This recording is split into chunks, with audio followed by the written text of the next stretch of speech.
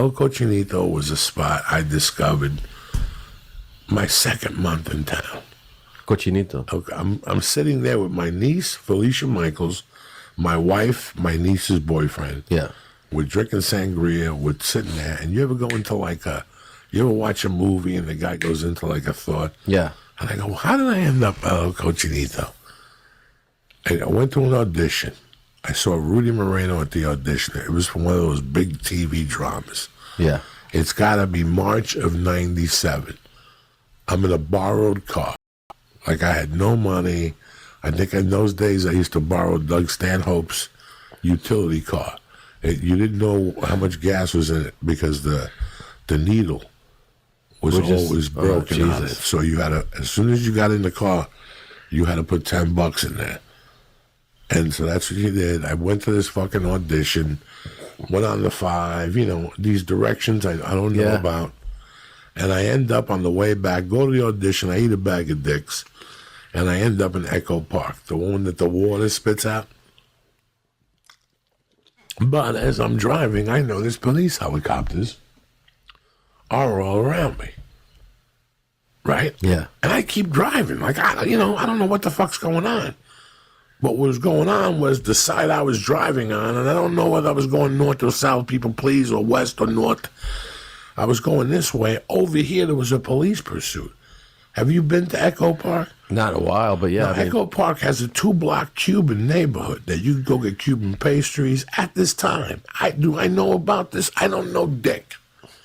All I know is that I hear, stop, police. So I pull my car over and I hear, boom. And I look over and I see the guy on the floor, and there's 10 cops and there's helicopters. This is 2:30 in the afternoon on a fucking Tuesday, okay? I'm minding my own fucking business. This could only happen to me, but it gets worse. After I get back, I put my signal on to make a left to go back onto the highway. The tire got flat. Jesus. I got no ATM. I got no money. I got a driver's license from Colorado, maybe fucking $4. I drive around the corner with the flat. I park. I call the only person I know, Marilyn Martinez. God rest her soul. She sends her husband over. He goes, don't worry about nothing. I got you. We went up to, if you go Echo Park, if you go up, if you go east, every other store is a Mexican tire place. Right. Right? That you go in there, whatever you need, they got a tire. $20. You know, and then you can Jew them down. Give me 10. Ocho, no te doy 9, güey. Yeah. So he got me a tire for like $8, slaps it on. Jesus Christ. Right? Gets me a tire. They slap it on for you for $8. Oh, no. I'm healed. But on the way back, Marilyn's husband, God rest his soul, says to me, have you ever met my brother-in-law, the Cuban guy? And I go, no. And he goes, he wants to meet you, man. He just got out of prison. And he says he knows people you know and all this shit. And I go, all right, let's go. He goes, are these two, by the way, they're both passed? Marilyn and the husband both passed. Marilyn died of cancer. Or anything like Marilyn Martinez was a comic. Okay. Then the husband. Damn. So now we end up at El Cochinito. To meet the guy. To meet the dude. Yeah. And I got $4 on me. And I don't order. I just got like a soda. And the guy's like, eat, I'll buy you lunch. And we start talking. And it was just a great conversation about being Cuban. Yeah. And it always ends with, if you ever need anything, contact me. You know? And I'm like, what do you mean by anything? And he goes, I got the best Coke in town. You don't need to smell it on you? What did that? Right, because we're family. Right there, you're Cuban. Yeah. So as a matter of fact, follow me 2 blocks down, I'll throw a package in your hand. Okay. He threw a package in my hand for free. That night I went and did comedy, and I went to the Coach and Horses. It was Doug Stanhope. I mean, this all happened in one day, and I'm sitting at the table going, my life was crazy back then. It was me, Doug Stanhope, David Fulton, who's a comic friend of ours from Seattle from 95. Lives in England now. Josh Wolf, his brothers. We would go to the store and then go to Coach and Horses. That night I had to cancel. This Coke was so good I couldn't even talk. I remember I had to leave and I was living in my car. And I had to go on Josh Wolf's block, park under a tree, and lay back with like 2 bottles of beer. And I sat there till 4 in the morning doing the little coke I had, jerking off. And that was the end of that fucking day. Jesus Christ. That was a great day. And that's how you ended up at El Cochinito. And the Yeah. food, I remember the first time. Sounds like a good Yelp review. That's a fantastic the review. first time I fucking went, it was like, I ended okay. up jerking off out of a window. Oh my God, it was fucking terrible. In a car, coked up to the 5 gills. stars. That fucking coke was good. So did you hit him up again Oh yeah, that night that night? when that shit wore off, I made up some story. I gave somebody like a bump or two, and they went crazy. And then you had, No, how'd you, the cocaine was off limits. Like this shit was just. It was. how some- much were you doing at your max of coke? Like when you were really into This coke? was probably 97, Yeah. and I was broke, but I could still get 20s from time to time. And at that time, I was doing 3-4 20s a week. Okay. Then I popped a Taco Bell commercial, and it was off. Oh, really? Yeah, it was one of the first one with the dog. And then you're like getting Like, checks. yeah, I was just going to the dude's house. But at that time, I always hunted away, just like weed, to get. I met people who did cocaine and appreciated it. Yeah. There's people who were just salesmen, but there's people who are like, listen, you got to come over here now and bring whatever cash you got with you, because I usually get shit. Wait till you see this shit. And they were not fucking with you. And then I fuck with you. You go over there, and this shit is from 1980, the flake, the ether base. You know, if you learned in Narcos, and the season 3, the one Yeah. that you really enjoyed, Yeah, yeah. you go to buy the ether.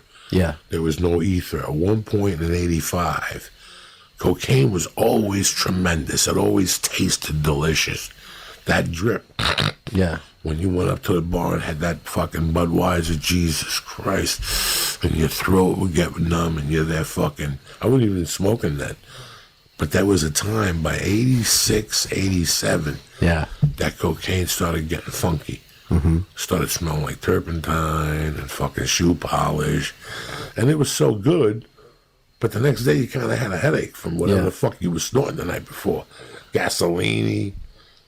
Because they couldn't get enough ether in. Because there was like a cutoff, right? Some supplier. They couldn't get enough in. Like at that point, they were making so much cocaine God damn. that they couldn't get enough ether. I never. alcohol. You romanticized it to the point where I want to try. I knew at that point, I knew what was going on. Like I remember people going. I remember I used to fly back and forth with Danny B, who calls into the podcast. Yeah. I used to fly back and forth with packages. And one time, I went to see him, and he goes, "Listen, this guy usually wants 9s. At that time, he wanted 86 and 9600 for a quarter kilo, which at that time was whatever it comes out to 9.5 ounces. I have no idea. I'm not a mathematician. The price dropped by 2,000. He goes, if you want, he goes, I'll get you that one, but try this shit for 2,000 less. It might work for you. And he brought it over. Fucking the coke put me in another planet. There was only one problem. It smelled like fucking cat piss. Really. Oh my God, in a horrible way. Really. And guess what the Jew Cuban did that I did? What? I brought that cat piss back with You me. did. And no matter what you cut it with, it was cat piss. And people were bringing it back to me. People were like, you can't. So that was the coke that you bought and turned into crack. The cat piss. The coke. cat pit, because then they don't give a fuck. They're smoking it. Yeah. They don't taste that cat It piss. doesn't taste like cat piss when you smoke So it. then there was a period. But when you snort it, what? It sticks with you? it sticks with you, like Yeah. it's just, it doesn't smell good. Like Yeah. it just doesn't smell good. What does regular Coke smell like? Delicious, paradise, But I mean, really? fucking paradise. When the ether based Yeah. cocaine, Smells good. 79 through 86. How hard was it to quit coke? It was easy because I was done. You were already Like made I your was done. choice. I couldn't. At that point, I had a lot of variables why, and it was a lot easier than people think. I was done. But once I missed. I realized that I wasn't getting high to get. It wasn't enjoyable no more. Like marijuana right now, I could see it falling off the map any day now. Really? Yeah, I can see myself. I can see myself just doing edibles or something to calm me down for a while, just to save the little bit of lung I got left. Oh, stop smoking. It doesn't take a genius to know I got the beginnings of emphysema. You don't have to be a genius. So you can do it then. Do that, man. Save your lungs. No. And that's what, with cocaine, it was the same thing. I just knew that when I was doing cocaine for so long that I was getting jolts in my spine at the end of the night. Jolts of electricity, like Castro's men hitting you with a zapper. That is terrifying. And that's not good. That's not Jesus good. Christ. That means so you're like, yes. That means, and I was getting one a night, once a week, and then it started to get two a night. That's fucking terrifying. Once I started to get two a night, I could just see my wife waking up to go pee, and seeing my fat little legs in the kitchen laying there purple. And you're like, and I'm like, and I said, I can't do it.